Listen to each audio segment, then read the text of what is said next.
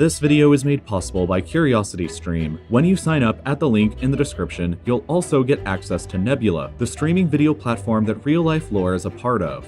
This is the United Arab Emirates. When you think of the UAE, the first things you probably think about are tall buildings, ridiculous islands, and lots of sand with very hot temperatures. Buildings, ridiculous islands, and lots of sand with very hot temperatures. One of the last things that you would ever expect to find here is a giant iceberg floating right by the coast. But if one guy has his insane plan work out, that could all change in the near future. The UAE is a country that has experienced enormous success within the past few decades. The Emirati economy today is 9 times larger than what it was just 40 years ago back in 1980, and it's now become the 4th largest economy in the Middle East, ahead of other countries that are significantly larger in population like Egypt or Iraq. And because of this ever-booming economy, workers and economic migrants have been flowing into the country for decades now, which has swollen the desert country's population to never-before-seen heights. In 1975, only 558,000 people lived inside of the UAE. But just over 40 years later, in 2018, that number skyrocketed to over 9.5 million people. For every one person who lived in the UAE in 1975, there are now 16 more people. And overwhelmingly, most of this new population have been immigrants coming from abroad. Today, only 11.5% of the entire UAE's population are actually Emirati citizens. The vast majority of people who live there, 88.5%, are considered foreigners and have no citizenship,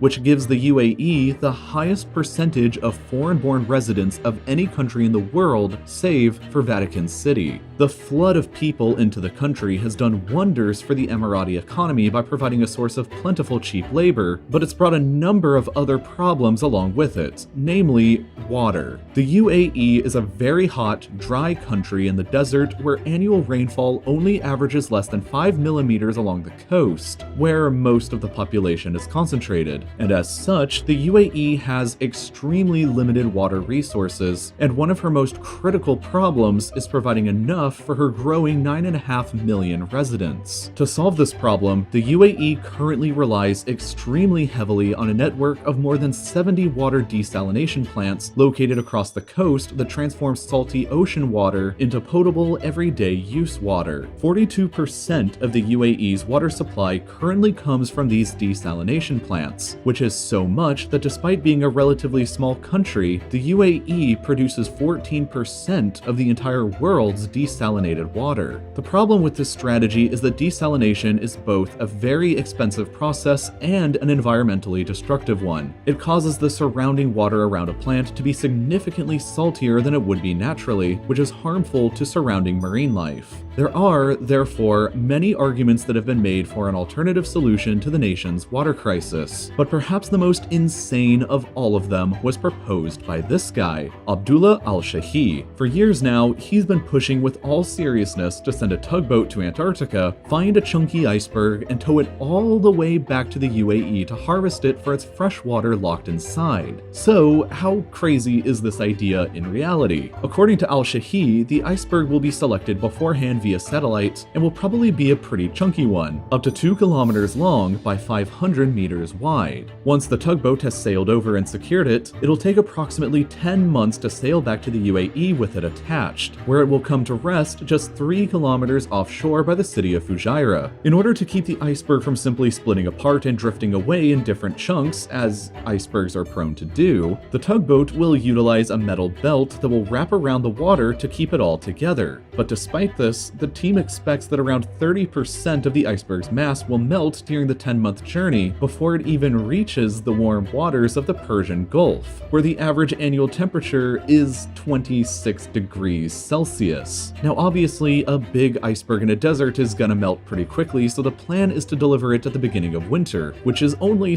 slightly less hot, but they'll immediately begin mining it for water the day that it arrives. According to Al-Shahi, the iceberg should be capable of providing clean and fresh drinking water for 1 million people in the UAE for 5 years after its delivery, which, if true, would seriously relieve the pressure on the nation's water shortage. In addition to that, the project is claimed to be both cheaper and more environmentally friendly than current desalination techniques, because all you basically need is a boat, a crew, and a belt with 10 months time, and then a bunch of miners compared with the startup costs and horribly expensive ongoing costs associated with the desalination plant. And it's easy to see how an iceberg that melts fresh water into an ocean would be more environmentally friendly than a plant that pumps more salt back into it. Al-Shahi also claims that a cold iceberg could positively influence local weather patterns and lead to more rainfall on the UAE's coasts. Finally, the prospect of setting foot on the iceberg itself and experiencing a bit of glacial tourism in the Persian Gulf is a weird novelty that a lot of people would probably pay for to experience, which could further enhance the UAE's already strong tourism portfolio. Perhaps the idea of hauling an iceberg from Antarctica to the Persian Gulf for water isn't so insane of an idea after all. If the project is successful, it could have enormous implications for the rest of the Middle East and the entire world beyond. Freshwater resources are expected to grow ever more scarce as the world's population continues to explode and the demand grows ever higher throughout the course of the 21st century. So who knows, maybe in the future we'll see entire fleets of tugboats from countries across the world making the journey to Antarctica to set up iceberg trade routes back to the mainlands. A new age of Antarctic colonialism could become the future of the 21st century, with countries vying for one of the few remaining vast reserves of freshwater left on the planet. Antarctica is one of the most fascinating places on the planet, because it's one of the few places left where we know so little about. But you can learn so much more about what we do know about the frozen continent by watching the Expedition Antarctica series on Curiosity Stream next, which will show you in 4K what life on Antarctica during the 21st century is actually like. Curiosity Stream is, of course, the documentary streaming service with thousands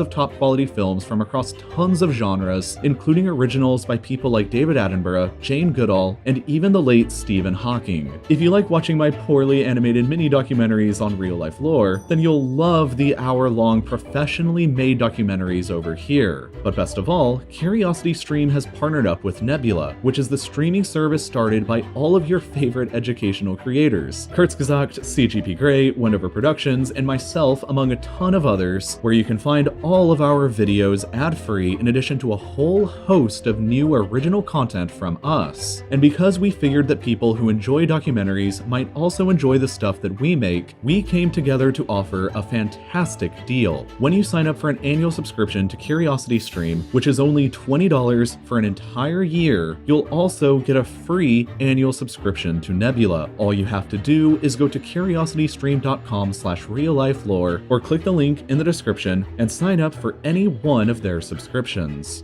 And as always, thank you so much for watching.